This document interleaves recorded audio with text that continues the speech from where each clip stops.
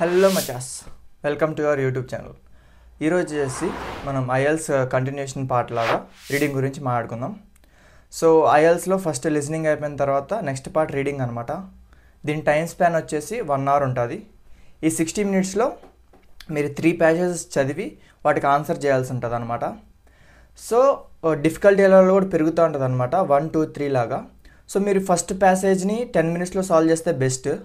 Second ప్యాసేజ్కి 20 minutes ఎక్కువ. Third ప్యాసేజ్కి ఏంటంటే minimum 30 minutes ఉంచుకుంటే ఏంటంటే బెస్ట్ అనమాట. సో అది చాలా డిఫికల్టీ లెవెల్ ఉంటుంది. సో ఇది వచ్చేసి ఏంటంటే మనం ఫస్ట్ ఇది మనం చిన్నప్పటి నుంచి ఎగ్జామ్లో రాసేటట్టు లైక్ చదవంగానే ఆన్సర్ క్వశ్చన్ మ్యాచ్ అవుతాయి, వర్డ్స్ ఉంటాయి. ఆ వర్డ్స్ వెతుకుతూ ఉంటే మీకు అసలు ఆన్సర్ ఎప్పటికీ దొరకదు అనమాట. ఇది ఎలా ఉంటుందంటే ఒక కాన్సెప్ట్ బేస్డ్ క్వశ్చన్స్ అనే ఆన్సర్స్ ఉంటాయి. సో మీరు మొత్తం ఏముందని ఒక నాలెడ్జ్ తెచ్చుకున్న తర్వాత క్వశ్చన్స్ చదవడం మొదలు పెట్టాలి. సో దీన్ని ప్రాక్టీస్ చేసుకోవడానికి కూడా ఒక వెబ్సైట్ ఉంటుంది, చూపిస్తాను చూడండి. సో ఇది వచ్చేసి ఈ వెబ్సైట్లోనే అనమాట నేను ప్రాక్టీస్ చేసింది. సో ఇది ఐఎల్స్ ప్రెప్ అని అనమాట. సో ఇలా వస్తుంది. ఇలా వచ్చిన తర్వాత ఏంటంటే మీరు ఇక్కడ ఉన్న వాటిలో ఏదో ఒకటి సెలెక్ట్ చేసుకోవచ్చు. ఫర్ ఎగ్జాంపుల్ నేను ఇప్పుడు 19 సెలెక్ట్ చేస్తున్నాను చూడండి. సో ఇందులో మనం రాసేది అకాడమిక్ కాబట్టి, ఎందుకంటే మనం ఫారెన్ వెళ్ళి చదువుకోవాలంటే మన అకాడమిక్ రీడింగ్ టెస్ట్ రాయాలి. సో ఇక్కడ అకాడమిక్ రీడింగ్ టెస్ట్ 1 సెలెక్ట్ చేస్తున్నాను. సో చూడండి, సో ఇలా సేమ్ ఇదే మ్యానర్లో మీకు అక్కడ 1 hour స్పాన్లో మీకు ఇలా 1, 2, 3 అని 3 pages మీరు ఆన్సర్ చేయాల్సి ఉంటుంది. సో ప్రాక్టీస్ చేసేటప్పుడు ఎలా చేస్తారంటే, సో సేమ్ ఇదే లింక్ ఉంది కదా, దీన్ని ఇలా కాపీ పేస్ట్ చేసుకొని వేరే ట్యాబ్లో పేస్ట్ చేసుకున్నారనుకోండి. సో ఇలా వచ్చినప్పుడు దీన్ని మినిమైజ్ చేసుకోండి.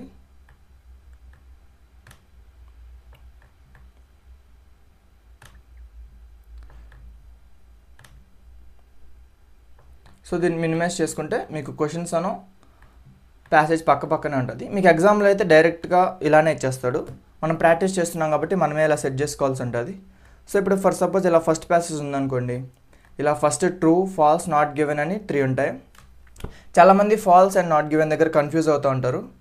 ఫాల్స్ అంటే ఏంటంటే వాడు ఇచ్చిన కాంటెక్స్ట్కి ఇక్కడున్న కాంటెక్స్ట్ పక్కా కాంట్రడిక్ట్ చేయాలి, చేస్తేనే అది ఫాల్స్.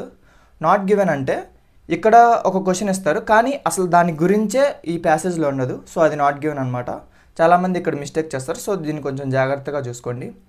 మీరు ఫస్ట్ ఇలా వెతికేటప్పుడే ఫస్ట్ ట్రూ ఆర్ ఫాల్స్ ఈ మొత్తం చేసేస్తాను, దాని తర్వాత ఈ క్వశ్చన్స్కి వెళ్తానంటే అలా అంటే అవ్వదు. మీరు ఏం చేయాలంటే ఫస్ట్ ఈ క్వశ్చన్ చదువుకోవాలి. ఈ క్వశ్చన్తో పాటు ఫస్ట్ క్వశ్చన్ కూడా చదువుకొని మీరు ఫస్ట్ ప్యాసేజ్ నుంచి చదువుతూ వస్తే ఫస్ట్ ఏ క్వశ్చన్ ఎక్కడ తగిలితే ఆ క్వశ్చన్ అక్కడ చేయాలన్నమాట. ఇక్కడ ఇంకో టిప్ ఏంటంటే, ఫర్ సపోజ్ ఈ ఫస్ట్ క్వశ్చన్ ఫస్ట్ పారాగ్రాఫ్లో ఉందనుకోండి, సెకండ్ క్వశ్చన్ మళ్ళా ఫస్ట్ పారాగ్రాఫ్లో ఉండదు. ఫర్ సపోజ్ ఈ సెకండ్ క్వశ్చన్ ఏమన్నా థర్డ్ పారాగ్రాఫ్లో ఉందనుకోండి, ఈ థర్డ్ క్వశ్చన్ అనేది పక్కా 4th నుంచే వస్తుంది కానీ దీనిపైన ఉండదు. సో అదొక అడ్వాంటేజ్ మనకి. సో మనకి ఈ క్వశ్చన్స్ అన్నీ మనం చదివిన తర్వాత మీరు ఇలా వరుసగా క్లియర్ చేసుకుంటూ వచ్చిన తర్వాత ఫస్ట్ ప్యాసేజ్కి అయితే మీరు ఒక 10 minutes ఇచ్చుకోండి, ఎందుకంటే అన్నిట్లో ఇదే ఈజియెస్ట్ ప్యాసేజ్. సో దాని తర్వాత ఇది సెకండ్ ప్యాసేజ్ అనమాట. సెకండ్ ప్యాసేజ్ ఫస్ట్ దానికన్నా కొంచెం టఫ్ ఉంటుంది, క్వశ్చన్స్ కూడా మారుతూ ఉంటాయి. సో ఇందులో వచ్చేసరికి మీకు మ్యాచింగ్స్ ఉంటాయి అన్నమాట. ఈ మ్యాచింగ్స్లోనే మ్యాక్సిమం మనకి రాంగ్ అయ్యే ఛాన్సెస్ ఉంటాయి, ఎందుకంటే ఇక్కడ A to G పారాగ్రాఫ్స్ ఉంటాయి కానీ ఇక్కడ క్వశ్చన్స్ చూస్తే 6 ఉంటాయి. సో మనం లిటరల్లీ 2 వదిలేయాలి. ఆ 2 ఏం వదిలేయాలి అనేది మనం మొత్తం చదివి ఒక క్లారిటీ తెచ్చుకున్నాకే పెట్టాలన్నమాట. సో ఇంకా ఇవన్నీ సాల్వ్ చేసిన తర్వాత లాస్ట్ ప్యాసేజ్ ఇదే టఫ్ ఉంటుంది. సో మెయిన్గా నేను చెప్పింది ఏంటంటే లైక్ ఫర్ సపోజ్ ఇందులో అయితే 3 parts ఆఫ్ క్వశ్చన్స్ ఉన్నాయి. ఒకటి మ్యాచింగ్, ఒకటి ఎస్ నో నాట్ గివెన్, ఇంకోటి ఏంటంటే ఆ ABCDని మ్యాచ్ చేయాలి. సో మీరు ప్రతి దానిలో ఫస్ట్ క్వశ్చన్ ఇలా చదువుకోండి. ఇలా ప్రతి దానిలో ఫస్ట్ క్వశ్చన్ చదువుకున్నాక మీరు ఈ ప్యాసేజ్ చదవడం స్టార్ట్ చేస్తే ఏంటంటే మీకు చాలా యూస్ఫుల్ అవుతుంది. సో అదీగాక ఫర్ సపోజ్ నాకు ఇది దొరకలేదు అని చెప్పి టెన్షన్ పడిపోయి మీరు ఇది వదిలేద్దాం అనుకుంటే మీరు అది చాలా రాంగ్ అనమాట. మీకు ఏదైనా టఫ్ అనిపిస్తే ఆ పార్ట్ వరకు వదిలేసి దాని కింద పార్ట్ చూడండి. ఫర్ సపోజ్ ఈ పారాగ్రాఫ్లో దొరికింది అనుకోండి, ఈ పార్ట్ కోసం మీరు మళ్ళీ కిందకి వెళ్ళాల్సిన అవసరం లేదు, దీనిపైనే ఉంటుంది. సో అదొక అడ్వాంటేజ్ అనమాట. సో మీరు డైలీ ఈ విధంగా కనుక బుక్లో రాసుకొని ప్రాక్టీస్ చేశారనుకోండి, ఫస్ట్లో నాకు కూడా అసలు టైం సరిపోయేది కాదు. నేను 1 hourలో ఈ థర్డ్ ప్యాసేజ్కి వచ్చేవాడిని, ఈ థర్డ్ ప్యాసేజ్లో ఈ క్వశ్చన్స్ అసలు చేయగలిగేవన్నే కాదు. మీరు రోజు ప్రాక్టీస్ చేసే కొద్ది ఏంటంటే లాస్ట్కి వచ్చేసరికి మీకే ఒక 2-3 మినిట్స్ మిగులుతుంది. నాకైతే 7 మినిట్స్ మిగిలింది ఎగ్జామ్లో కూడా. సో ఆ 7 మినిట్స్లో మీరు ఏం చేయాలంటే అరే అన్నీ రాసాను కదా అని చెప్పి లైట్ తీసుకోకూడదు. సో మీకు మనం పెట్టిన ఆన్సర్స్ అన్నీ మనకు కరెక్ట్గానే అనిపిస్తాయి, కానీ ప్రతి దాన్ని రీచెక్ చేసుకోవాలి. నేనైతే ఈ రీడింగ్లో అయితే రీచెక్ చేసుకున్నప్పుడు నాకు 2 మిస్టేక్స్ దొరికినాయి. సో ఆ 2 మిస్టేక్స్ నేను కరెక్ట్ చేసుకోవడం వల్ల నాకు రీడింగ్లో 9 వచ్చింది.